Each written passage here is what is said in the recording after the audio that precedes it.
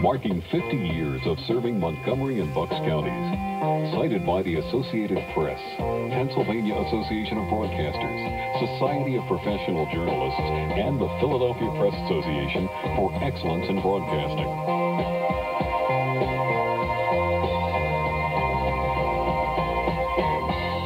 Here's the host of Comment Please by Univest, Darryl Berger. Good afternoon and welcome to a special edition of Comment Please by Univest on this Thursday afternoon. It is the 18th day of October, 2012, and today we're hosting a forum for the candidates that are running for the 8th Congressional District seat, including Republican incumbent Mike Fitzpatrick and his Democratic challenger, Kathy Boockvar. Their opening comments are going to be coming up in a moment. I just want to talk briefly about the 8th Congressional District because it isn't what it was. Obviously, there's redistricting every 10 years based on the census, and the 8th District has changed. It is still and has historically been all of Bucks County. That hasn't changed, but what has changed is the other parts of the district. There's no longer a section of Northeast Philadelphia in the district, and also the part of Montgomery County that is in the 8th District has shifted more to the west. So Upper Moreland's no longer in it, portions of Abington no longer in it, Upper Dublin, I guess a portion of that had been in it. Now it's shifted into parts of the North Penn area and also the Indian Valley. So Hatfield Township and Borough are now in it. Also, all the municipalities in the Souderton School District, and beyond that, in Marlborough Township and Green Lane, which are in the Upper Perkiomen School District, those areas are now in the 8th Congressional District. So people that before were voting in the 15th Congressional District or the 13th Congressional District now have a vote in the 8th Congressional District. So that is a little background. I just want to say that hopefully there are people that are paying attention specifically to this race based on where they actually live and if they have a vote in this particular race. One other thing I want to mention is I was reading in the Intelligencer the other day a preview of this forum, and it said that we were not holding this in public. Well, I would argue that this is the most public forum that we're going to hold because we're using the public airwaves, and whether you're listening on AM 1440, we're also streaming it as we do every day on the web at WNPV1440.com. My argument is that it's the most public forum that these two candidates would hold. So I just wanted to get, although I usually believe 90% of what I read in the Intelligencer, so some would say you can't believe 90% of what I say during the program, so that's not actually too bad. Let's make time right now for the opening comments from the two candidates. We'll start with the incumbent. He is Mike Fitzpatrick. Mike? Well, thanks, Darryl, for having us on this afternoon. My name is Mike Fitzpatrick. I was sent to the United States Congress about 18 months ago in the beginning of 2011 to put the country's fiscal house in order, but also to stand up against my party when I thought that my party was wrong and to stand up against the Democrat administration when I thought they were wrong.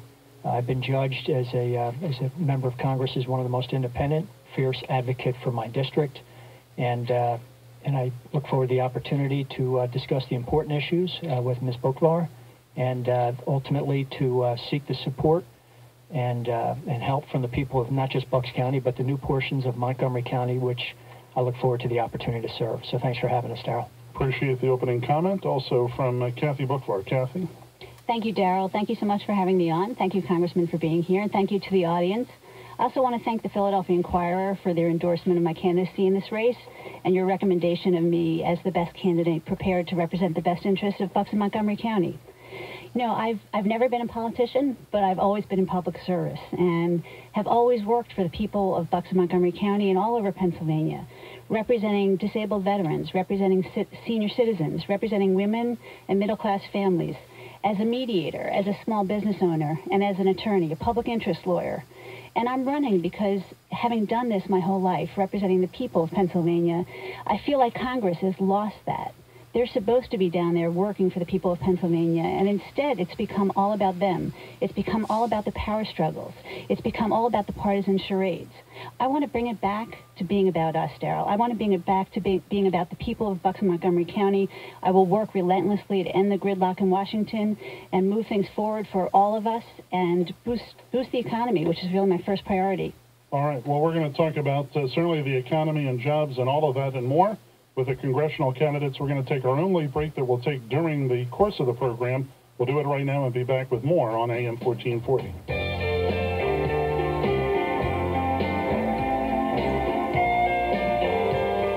Hey, like a lot of guys my age, my dad likes technology, but needs help using it. So when Dad called me at college about his new Univest Pure Gold checking account with free online banking, I checked it out.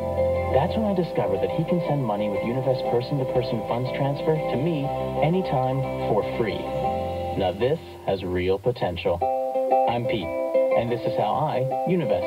To securely send money to anyone, anywhere, anytime, choose Univest. Univest Bank and Trust Co. is member FDIC. If you care about this election, if you have an opinion, if you want a voice, if you want to make a difference, show it. Show it. when voting this election day, November 6th, you will be asked, but not required, to show a photo ID.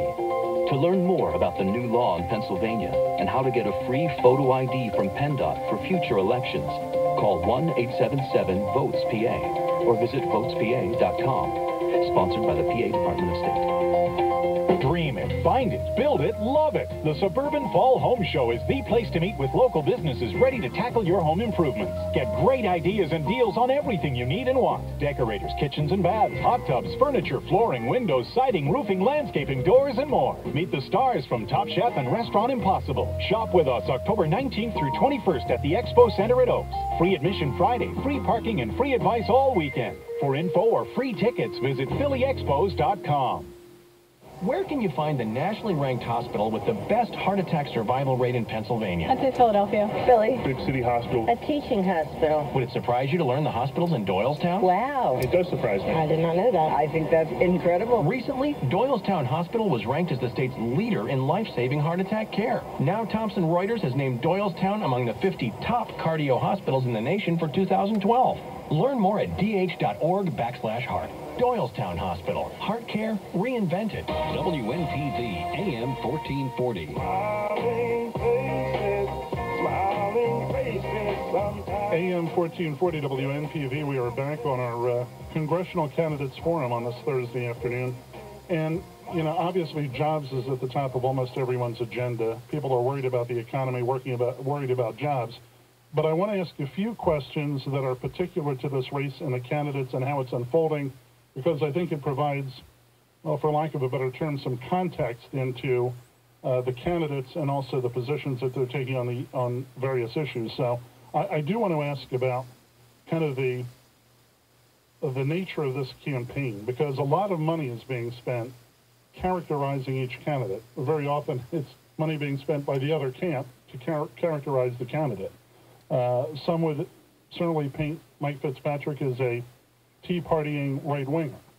Others perhaps would paint Kathy Boockvar as a mumia-hugging leftist. So I want to kind of get away from the marketing and to the truth of this campaign, of how you've been characterized by the other camp. What do you take most exception to, and how do you present yourself as, this is who I am, this is not what you're hearing, I am what you're being told. So I'll start with Mike Fitzpatrick. I appreciate the question, Darryl, and I think it's a good and fair question because it has become an issue in the 2012 elections. And, you know, when a lot of money is spent, and a lot of money is spent from outside organizations, and I know that I suspect that Miss Boockvar and I would both agree that there's too much of that goes on, and we would prefer to be in Bucks County and Montgomery County talking directly to our constituents about our vision for the future. I'm a candidate. I also have a voting record, and so it's interesting when I'm described to be one way, when my voting record belies that description. I'm looking at a document that just came out this week from the Bipartisan Policy Center.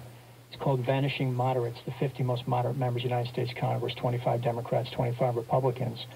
And obviously, you know, this is a nonpartisan organization, the nation's capital, and it's concerned about when individuals who are in the United States Congress who are willing to reach across the aisle, when they're targeted by the extremes of the two parties, and then they end up losing elections. What does that do to the institution of the United States Congress? So I've always been described as somebody who's fiercely independent, who always votes my district before my party, who has a history of doing that on the local level as a local elected official, as a county commissioner, working with Democrats and Republicans, and now in the United States Congress being judged by others. The National Journal, now the Bipartisan Policy Center, is one of the most independent members of the United States Congress. So my constituents, the folks that I live amongst and that I've represented, They know that about me, and I think it would take an awful lot of money, millions and millions of dollars, to get people to change their mind about that. And I understand the National Democrats are trying to do that. I don't think they have effectively done it because it just isn't true.